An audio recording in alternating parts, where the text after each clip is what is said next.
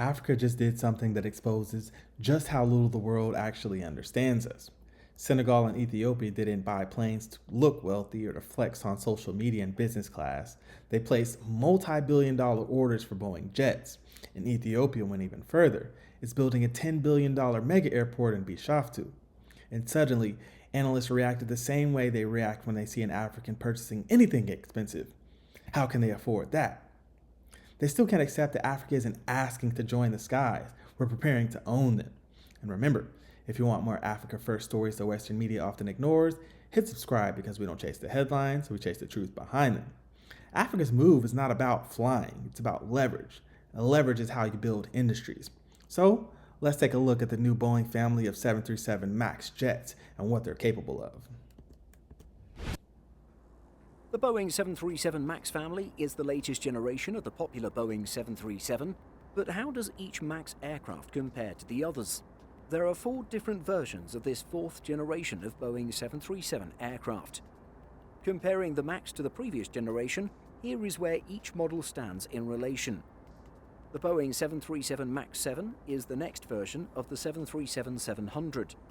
The Boeing 737 MAX 8 is the next version of the 737-800, the most popular 737. The Boeing 737 MAX 9 is the next version of the 737-900. And finally, the Boeing 737 MAX 10 is a new version of the 737 to compete with the Airbus A321neo. The Boeing 737 MAX family has a diverse range of passenger capacities depending on the routes they're designed for. The Boeing 737 MAX 7 seats anywhere between 138 and 153 seats in a 2-class configuration and up to a maximum of 172 passengers.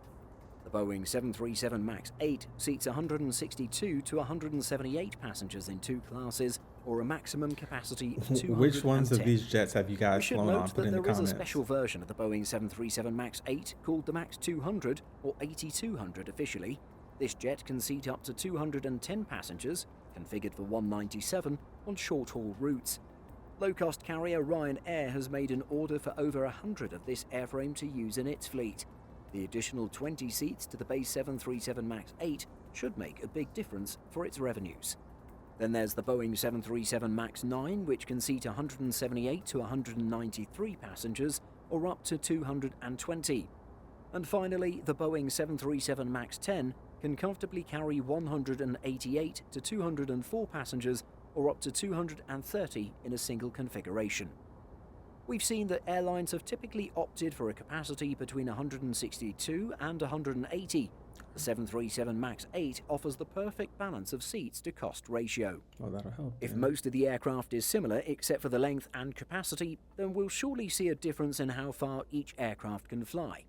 Here is how range differs for the MAX jets. The small MAX 7 aircraft can fly 7,130 kilometers. Lighter than the 737 MAX 8, it has the same engines and wings, but can fly slightly further. The 737 MAX 8 can fly 6,570 kilometers. The 737 MAX 9 can fly 6,570 kilometers. This is identical to the MAX 8, but only made possible with an additional fuel tank. Finally, the biggest version, the MAX 10, can fly 6,110 kilometers with the help of an additional fuel tank. So, in the last few weeks, Air Senegal ordered 9 Boeing 737 MAX jets with options for 6 more. Ethiopian Airlines, Africa's #1 airline at the time, added 11 new 737-8s, continuing its long-term fleet expansion. So these are by no means casual purchases. These are high-efficiency, medium-haul machines designed for intra-Africa travel as well as intercontinental routes. So cargo plus tourism, business on Africa's schedule, right? Not at Europe's mercy. And Ethiopia isn't just flying them. It's preparing to dominate aviation geography. So the $10 billion Bishoftu International Airport is being designed to handle 100 million passengers, release pressure from Addis Ababa Airport, and serve as a continental cargo and passenger hub rivaling Dubai, Qatar, and Saudi Arabia, as well as the new Mogadishu International Airport. So, Western media hears $10 billion African airport, right? The same way they hear, my girlfriend is a model, but they don't believe it until they see the passport photo and a boarding pass. So, Africa isn't trying to fly. Africa is trying to compete. So people often think when they hear this that, Africa's buying jets, that's the end of it. Oh, look at Africa. They're learning to fly. But no, we've been flying. We're learning to own. So this is how aerospace industries begin. You can't build an aviation industry if you don't control the fleets, the airports, flight routes, pilot schools, maintenance hubs, profitable airlines, right? So Africa is finally building the infrastructure that you must have before manufacturing. Europe did it, Brazil did it, China did it, and the US as well, right? So now Africa is doing it, and suddenly it's strange.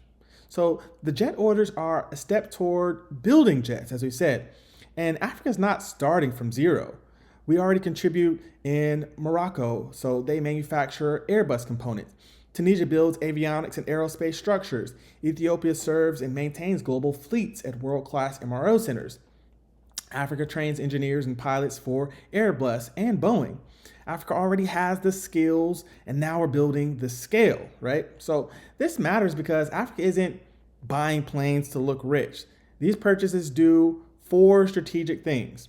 First, they build market independence. So when you own the routes, you control the airfare pricing, cargo supply chains, diaspora travel costs, tourist pipelines, business movement. We stop being passengers in global mobility and start being gatekeepers. Secondly, they create the customer base needed for manufacturing. You can't build an aerospace factory on a continent with small fleets. So you need airlines big enough, to buy the jets, airports big enough to house them, and traffic big enough to justify this production, right? So Africa is building fleets to feed future factories. Third, they create workforce, right? Aviation technicians don't appear magically, right? They're trained while operating fleets, not reading textbooks. So pilots, engineers, mechanics, avionics experts, and we train them at scale only when we own the fleets. And then fourth, they end Western aerospace gatekeeping. So no more overpriced European repair contracts, shipping engines overseas for basic maintenance or imported aviation labor, standards enforced without capacity transfer, and toxic fuel dumping in African skies. Africa stops being an aviation consumer and begins demanding technology transfer, right? So what's next, right? The real challenge is every future jet deal must include a technology transfer clause, right? So we're not buying metal wings, we're buying access to aerospace education, tooling, material science, avionics engineering, manufacturing processes, right? Education can be partnership, but factories must be African owned. So Africa isn't scattered. We already have the puzzle pieces. Like we went over earlier, Morocco has the Airbus manufacturing, Tunisia, the avionic aerospace components, Ethiopia with the world-class maintenance and global airline, Nigeria, a massive travel market and tech talent, Kenya, aviation schools and cargo expansions, Rwanda, high-efficiency airline models, and Ghana, growing pilot and engineering programs. So the next steps in this continental aerospace consortium include governments and private sectors working together, right? So shared training, shared manufacturing, African-controlled factories, not begging Boeing, not handing ownership to Airbus, not signing away patents to Europe, right? So Africa isn't buying planes to look developed. Africa is building fleets to build factories, and partnerships for knowledge, and ownership is for sovereignty. So, mashallah, that's your African insight for today. Please don't forget to like, comment, and subscribe because I'm MrEmpowerTV. We don't chase the headlines, we chase the truth behind them. This is Mr. Empower, and I'll see you in the next video. Peace.